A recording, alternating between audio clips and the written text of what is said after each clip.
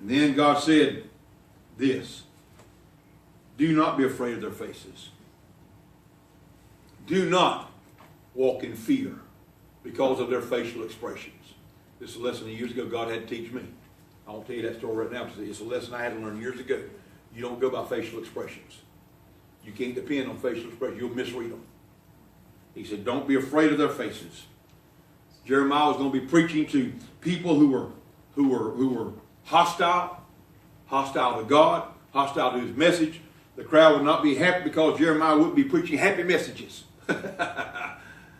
Listen, the part of the problem with America right now today is because we've had too many preachers preaching happy messages.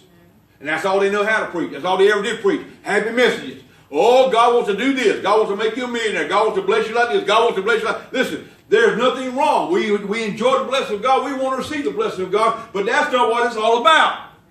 And when we get in that mode where we're thinking that all of our motivation for serving God is so we can get something. So we can get a blessing. So we can receive something. Listen, that's the wrong motivation. And we're going to end up disappointed in the long run, in the long haul of things. We're going to end up disappointed. Jeremiah wasn't preaching that happy message that they wanted to hear. They wanted that ear-tickling message. He'd be preaching judgment. And listen, the writer of Ecclesiastes says there's a time for everything under the sun. There's a time for war and a time for peace. There's a time for death and a time for life. There's a time for rejoicing and a time for mourning.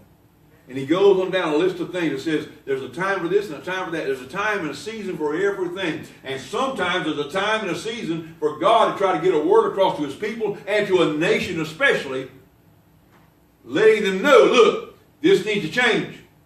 You need to veer off that path. You need to make a 180. Turn away from that and come back to me, says the Lord. There's a time for those messages where God says, if you don't, this is what awaits you.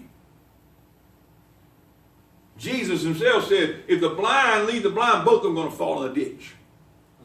And they're going to perish. We got too many blind prophets, pastors, preachers, teachers, whatever you want to call them. Too many of them are blind trying to lead God's people who also are blind because they're following that stuff. And there's a time and a place for a word of judgment. We are in 2020. This is a very critical year. We need clear vision.